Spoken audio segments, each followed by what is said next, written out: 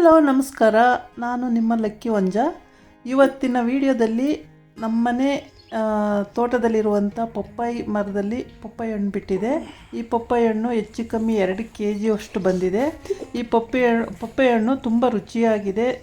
Colour ಅಂತೂ ಹಳದಿ colour ಸಖತ್ತಾಗಿದೆ ನೋಡಿ, ತುಂಬ ಚೆನ್ನಾಗಿ ಕಾಣಿಸ್ತಾ ಇದೆ. ಇದರೊಳಗಡೆ ಸ್ವೀಟ್ ತುಂಬ ಚೆನ್ನಾಗಿದೆ ಈ ಹಣ್ಣಿನಲ್ಲಿ. ಮತ್ತು ಇಲ್ಲಿ ದಾಸವಾಳ ಗಿಡಗಳು ಹಾಕಿದ್ದೀವಿ. ದಾಸವಾಳ ಹೂಗಳು ಬಿಡ್ತವೆ, ಮತ್ತು ಕಾಕಡ ಬಿಡ್ತವೆ, ದಾಸವಾಳ, ಮಲ್ಲಿಗೆ, ರೋಸು, ಈ ಥರ ಎಲ್ಲ ನಾನಾ ರೀತಿ ಹೂಗಳನ್ನು ನಾವು ಬೆಳೆದಿದ್ದೀವಿ. ಮತ್ತು ಬಾಳೆ ಹಣ್ಣು ಬಿಡ್ತವೆ, ಬಾಳೆಗೊನೆಗಳು. ಆ ಟೈಮಲ್ಲಿ ಬಾಳೆಗೊನೆಗಳು ಸಿಗ್ತವೆ.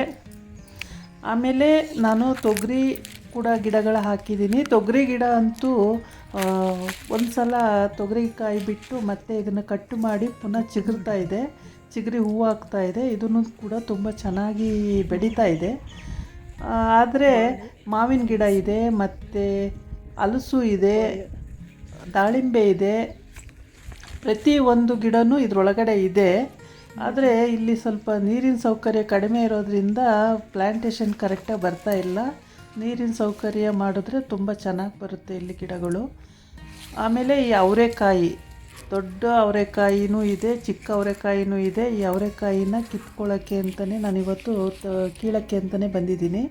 ಅವರೆಕಾಯಿಗಳನ್ನೆಲ್ಲ ಕಿತ್ಕೊಳ್ತಾ ಇದ್ದೀನಿ.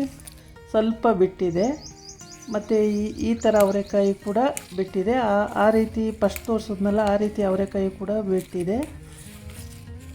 ಬಲ್ತಿರೋ ಅಂಥದ್ದನ್ನು ನಾನು ಕಿತ್ಕೊಂಡು ಇವತ್ತು ಏನಾದರೂ ಇದರಿಂದ ಒಂದು ಸಾಂಬಾರು ಅಥವಾ ಉಪ್ಪಿಟ್ಟು ಏನಾದ್ರು ಒಂದು ಮಾಡ್ಕೊಳ್ಬೋದು ಅಂತೇಳ್ಬಿಟ್ಟು ಕಿತ್ಕೊಂಡು ಹೋಗೋಣ ಅಂತ ಬಂದಿದ್ದೀನಿ. ಮತ್ತು ಯಾರೆಲ್ಲ ಈ ವಿಡಿಯೋ ನೋಡಿದವರು ಹೊಸಬ್ರಾದರೆ ಸಬ್ಸ್ಕ್ರೈಬ್ ಮಾಡಿ. ಇದಾಗಿತ್ತು ಇವತ್ತಿನ ವಿಡಿಯೋ. ನಾಳೆ ಇನ್ನೊಂದು ವಿಡಿಯೋ ಜೊತೆ ಬರ್ತೀನಿ.